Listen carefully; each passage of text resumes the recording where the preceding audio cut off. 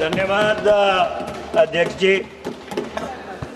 Mr. Speaker, sir, I rise to oppose the sustainable harnessing and advancement of nuclear energy for transforming India, alias the Shanti Bill 2025.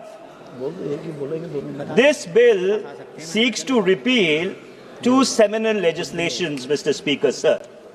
The Atomic Energy Act of 1962 and the Civil Liability for Nuclear Damages Act 2010 and replace it with a new architecture. Since the Honourable Minister, in his introduction, chose to speak about the history of India's nuclear program, allow me to spend 5 minutes recapping as to how did we get to this point. It was India's first Prime Minister, Pandit Jawaharlal Nehru, who pioneered India's nuclear quest. On the 3rd of August 1948, he set up the Atomic Energy Commission, which was anchored by the legendary scientist, the late Dr. Homi Bhabha. On the 3rd of January 1954, it was the Nehru government which set up the Atomic Energy Establishment in Trombay. And on the 12th of January 1967, after the very tragic demise of late Dr. Homi Bhabha in a plane crash, AI 101 went into Mont Blanc, the mountain, on the 24th of January 1966. The Atomic Energy Establishment in Trombay was dedicated in his name and renamed as the Bhabha Atomic Research Center. India's nuclear program till about the late 60s or even the early 70s was a peaceful quest. But it was on the 18th of May 1974 that Prime Minister, late Mrs. Indira Gandhi, carried out the first peaceful nuclear explosion. The test was called the Smiling Buddha, and the Buddha did indeed smile. And it would be important here to recap that Bangladesh 1971, the peaceful nuclear explosion of 1974, and then the incorporation of Sikkim into India. In 4 years, Mrs. Gandhi had changed the geopolitical map of South Asia and put India on the nuclear stage globally. However, when a nation takes bold steps, it comes with a consequence. And India's peaceful nuclear explosion came with the consequence that the P5 nations, those who had established the Nuclear Non-Proliferation Treaty in 1967, came together and formed the Nuclear Suppliers Group, but also called the London Club. And interestingly, these were about 14 countries which went across the Cold War divide, the East Bloc and the West Bloc. And the only objective of the Nuclear Suppliers Group or the London Club was to deny India access to nuclear technology. On the 11th and the 13th of May 1998, Prime Minister Mr. Atal Bihari Vajpayee, late Mr. Atal Bihari Vajpayee, carried out India's second series of nuclear tests, but the sanctions against India only tightened after that, despite the Jaswant Singh Strobe Talbot dialogue, which went across a couple of continents at that point in time. Finally, it fell to a UPA government under the leadership of Prime Minister Dr. Manmohan Singh to break that nuclear apartheid. And it was in the July of 2005 that the Indo-US nuclear deal was initiated. On the 18th of August 2008, the India-IAE Safeguards Agreement was signed. On the 6th of September 2008, India got a waiver from the Nuclear Suppliers Group, and we've not got that waiver after that till now. It has been over 17 years and we've not got membership of the nuclear suppliers group. And finally, on the 10th of October 2008, the Indo-US civil nuclear deal, also called the 123 agreement, was signed. And ironically, while Prime Minister Dr. Manmohan Singh's government was trying to break nuclear apartheid, जो परमाणु रंग भेद नीति थी, उसको जब तोड़ने का प्रयास किया जा रहा था, हमारे परम मित्र जो उस तरफ बैठे हैं, उन्होंने क्या किया? वो 23 जुलाई 2008 को उस सरकार के खिलाफ, जो भारत की परमाणु रंग भेद से जो पीड़ित था, उसको तोड़ने की कोशिश कर रहे थे, उनके खिलाफ इस सदन में अविश्वास प्रस्ताव लेके आए। It is important that you reflect on your own conduct. When the UPA government was trying to break India's nuclear isolation and nuclear apartheid, you brought a vote of no confidence against that government. It's another matter that no confidence motion was defeated 275 to 256 with 11 abstentions. Now let me... अरे इतिहास तुमको समझाना बहुत जरूरी है. History is very important because you people try to derail India's nuclear program. You tried to derail India's nuclear program. You were an impediment in breaking India's nuclear apartheid. That's a history that you should not forget. That's a history you should not forget. You covered yourself with ignominy. आपने भारत का जो परमाणु trajectory थी उसको Daryl करने की कोशिश की राजनीतिक कारणों से. अध्यक्ष ji, please address the chair. इनको बिठाइए. Let the house be in order.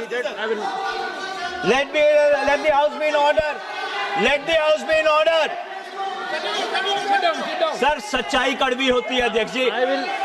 I will be giving opportunity to you. अध्यक्ष जी, let him come. सच्चाई कड़वी होती है. Now let me. Now, Mr. Chairperson, sir. अरे तो शुरुआत है, अनुराग जी जरा बैठ जाइए. Now let me, Mr. Chairperson, sir, come to the merits of this bill. Now, government has brought the present bill to open up the civilian nuclear sector to private participation.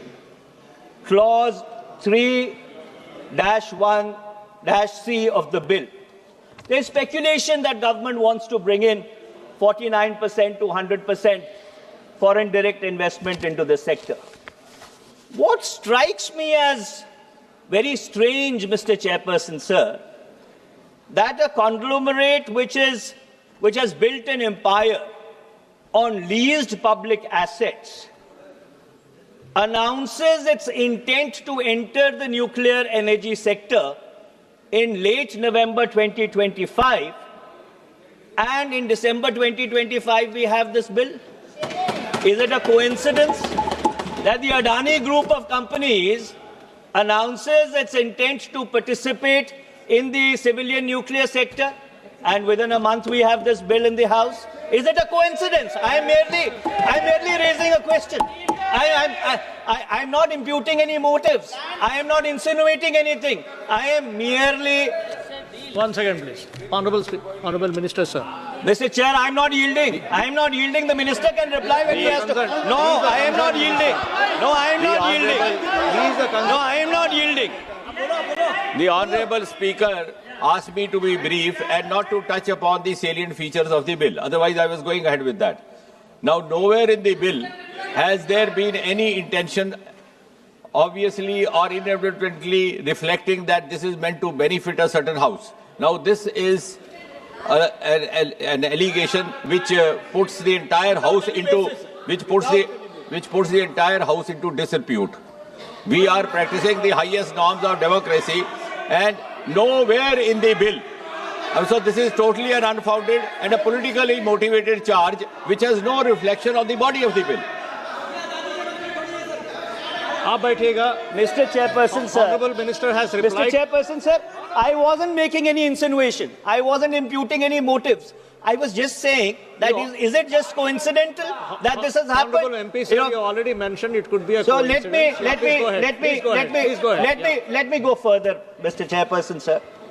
And let me come to, since this bill seeks to repeal the Civil Liability for Nuclear Damages Act 2010, let me also recap what happened in this House on the 25th of August 2010, since I had led the debate on that particular bill on that particular day in this very House. So on the 25th of August 2010, the then MOS Prime Minister's office, Mr. Jiten Singh's predecessor, Mr. Prithviraj Chavan, came before this House and he said, and I quote, and I'm quoting from the proceedings of the Lok Sabha, "Sir, I have come before this House and say with all humility that there is an unprecedented political consensus across the political stream, including the civil society or whatever people we could bring on board.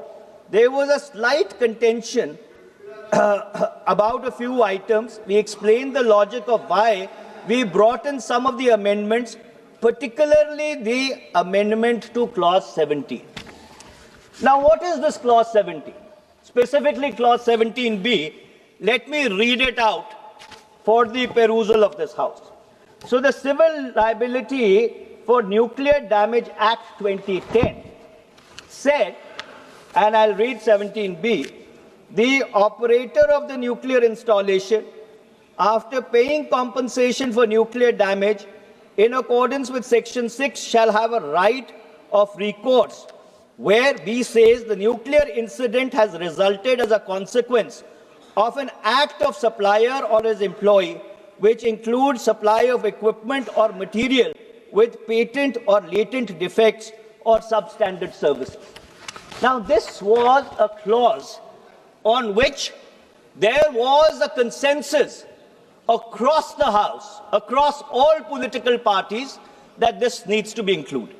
Now, let me contextualize it. Why was this important? Because the Department of Atomic Energy, which leads India's nuclear program, felt that if we are going to be going into a collaboration where foreign suppliers are going to come in, there needs to be a clause in the bills or a section in the Act whereby if there is a nuclear incident because of the design in the product which has been supplied, that nuclear supplier should be made liable.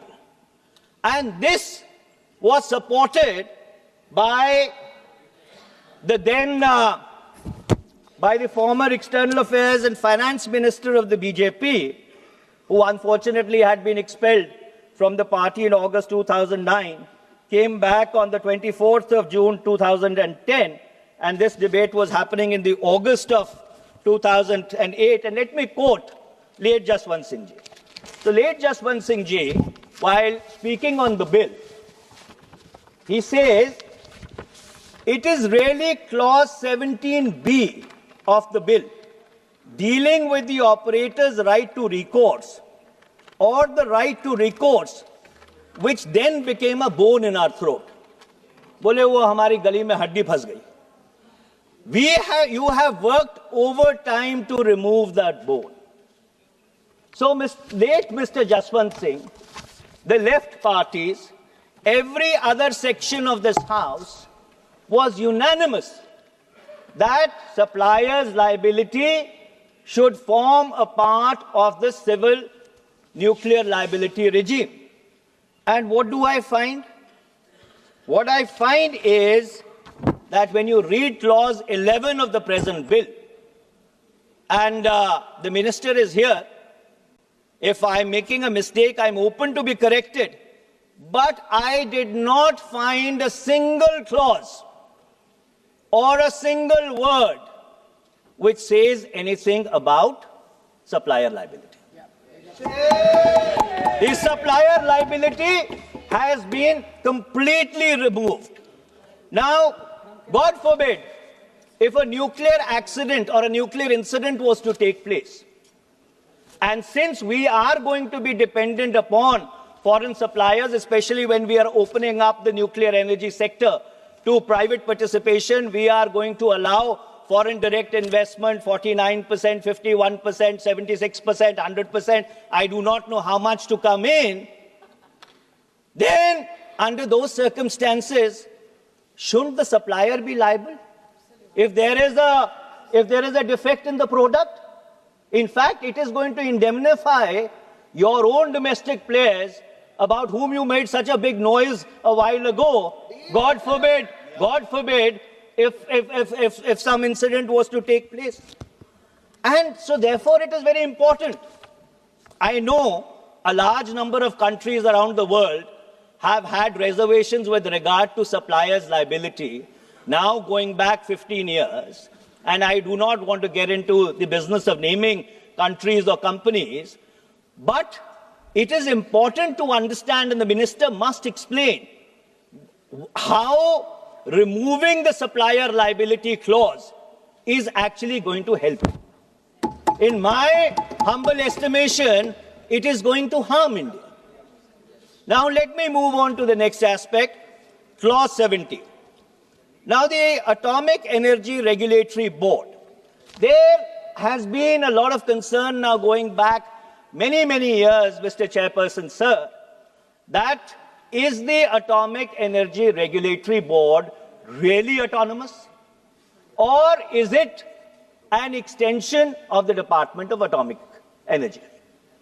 If we are opening up India's nuclear energy sector to private participation, what you require is an autonomous, independent regulator who can be a neutral umpire. Since there is no clarity in the bill about how independent or autonomous the regulator is, I would definitely want the minister to clarify with regard to this. Next, I come to clause 13, the liability clause. Now, Mr. Speaker, sir, there have been a couple of big nuclear accidents. The 3 Mile Island accident on 28th March 1979, Chernobyl 26th April 1986, Fukushima 11th March 2011, and there is continuing concern over the Zaporizhzhia nuclear reactor in Ukraine, which is now under Russian control. So therefore, when you talk about nuclear energy or you talk about a nuclear incident, the consequences can be absolutely alarming. Now, clause 13 limits the liability to 300 million SDR, special drawing rights, which is approximately about 410 million US dollars. Even in the case of the Bhopal gas tragedy, the compensation awarded was $470 million. And this I'm talking about 15 years back. Why is the government imposing these liability caps? In fact, the liability should be at least 10,000 crores, irrespective of whether a reactor is 3,600 megawatt or a reactor is 100 megawatt, because God forbid if a nuclear incident takes place, the damage either ways can be catastrophic. So I have not understood this concept of a graded liability, and I would be very happy to be enlightened by the minister on this. Now I come to clause 15.3 of the bill.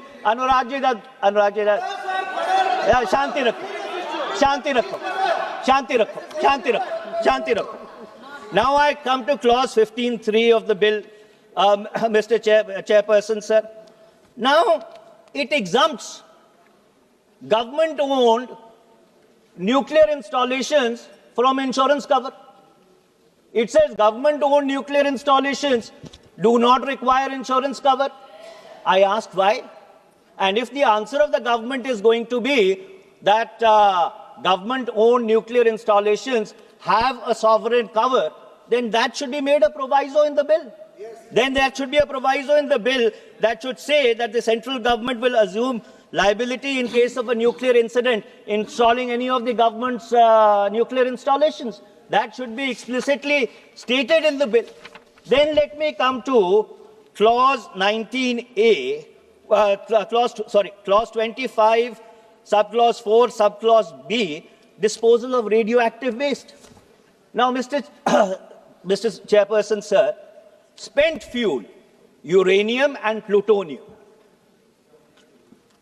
remains toxic for thousands and thousands of years. Most countries store this in the facility itself.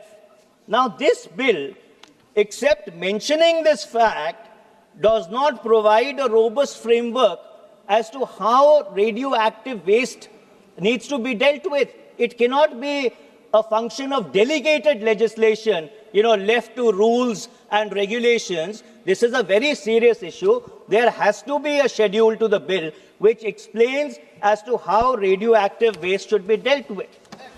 My penultimate 2 points, and I'm going to conclude, Mr. Chairperson, sir. Now, what this bill is doing, it is prioritizing uranium-based reactor technologies, which undermines the entire third stage of India's nuclear program, which is thorium-based, and also the molten salt technology, MSR reactors, which should have been the logical path or the logical corollary of India's nuclear trajectory. Now, when I looked at this bill, and I looked at it in great detail, the sense that I got that if this bill goes ahead in this present form, it will undermine India's energy independence, and it will also undermine India's commitment to its clean energy goals. So under those circumstances, with the greatest amount of humility and an absolute sense of profound responsibility, I would humbly like to demand, request, beseech the government that this bill is very important. Please send it to a joint parliamentary committee. And by the way, Mr.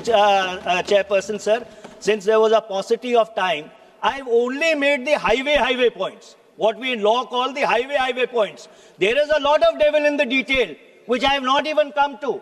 And so therefore, this bill needs to be examined word by word, line by line, and only after that should this bill come back to this House. Thank you very much, Mr.